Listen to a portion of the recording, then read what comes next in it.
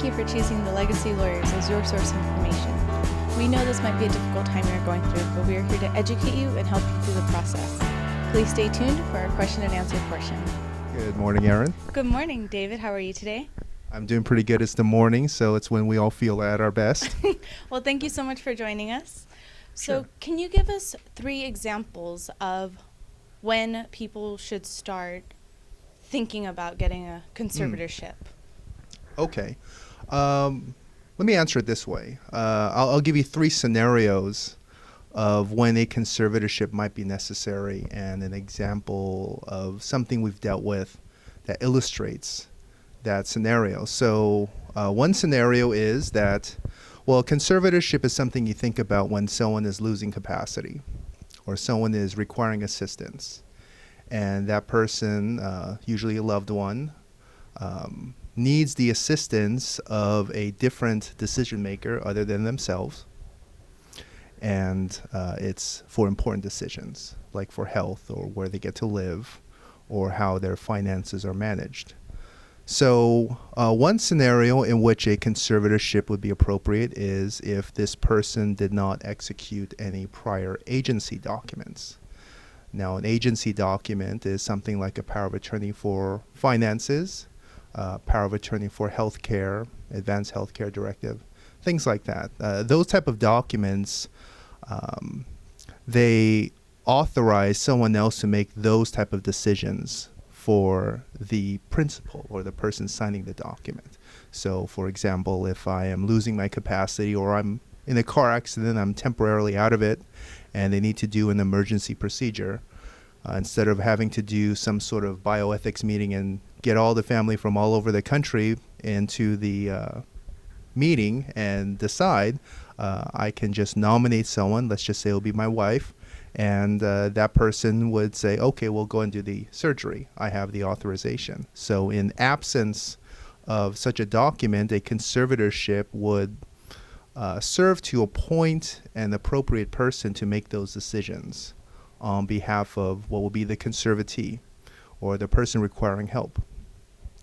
That could be a conservatorship of the person for making decisions of food, healthcare, shelter, medical. And it could be a conservatorship of the estate, and that would allow the conservator to make financial transactions or financial management decisions on behalf of the conservatee. A second scenario in which a conservatorship might be appropriate is if there is an agency document, or like a power of attorney, and the person named to be the person to make the decisions is the wrong person, or there's a dispute. Let's just say there's, everyone's a good child, but let's just say for purposes of this scenario, there's a good child and a bad child. And the parent executed the power of attorney while they were clear, naming the good child to make the decisions. And that good child, let's just say, goes on with their life, moves slightly far away, starts their own life, is successful.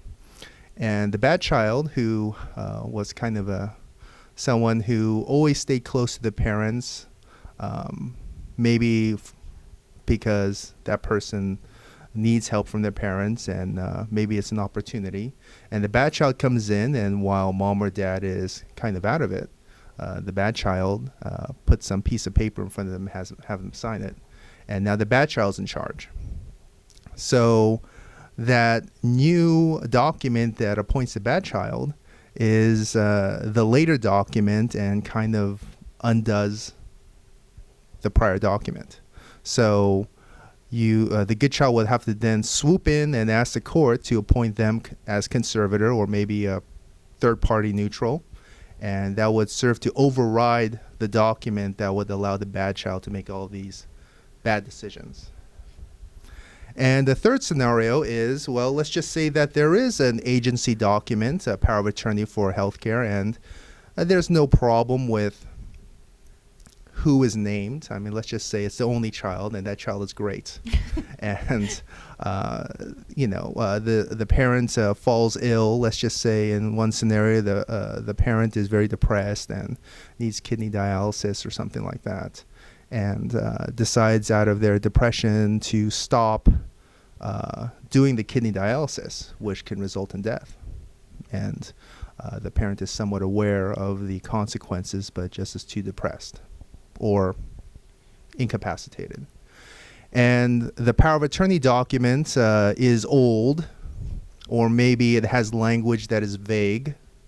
Like it might have some language when the parents signed it and they said, well, it's okay to authorize medical treatment on my behalf, but I don't want to be one of those people on the machine forever. So I'm specifically saying the power of attorney cannot do anything to maintain my life by artificial means.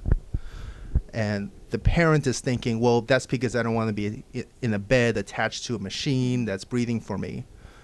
And then the doctors who have this power of attorney document are looking at it and they're sort of scratching their head and they're saying, artificial means, well, theoretically, first of all, this is an old document, and theoretically, doing this kidney dialysis treatment is prolonging their life through artificial means. We don't want to get sued. And there's a vagueness in the power of attorney document, and we don't know what to do. And they're going to have bioethics meeting after bioethics meeting, and they're going to err on the side of caution and being conservative and say, well, we're not going to interpret what the patient was thinking at the time. So we're going to take a strict reading of this, a broad reading of this, and we're going to we're going to respect the patient's wishes and not do the dialysis. So then the exhausted good child would say, oh my goodness, I've talked to my mom or dad and they're depressed, they're not at their best, they're not thinking rationally, and I know what she was thinking at the time she signed this document. I mean, if I were to ask her back then, she'd say, do the kidney dialysis. I've been doing it for years. It's not what I was thinking about. So then that good child would then petition the court for appointment as a conservator. Hopefully that child acts quickly and get the court's authorization to authorize whatever treatment is necessary. So that is a third scenario. And I hope that explains it. Okay, well, thank you so much for joining us. Mm-hmm. And remember, if you have any questions that you would like us to answer, feel free to email us at smm@thelegacylawyers.com. Have a great day.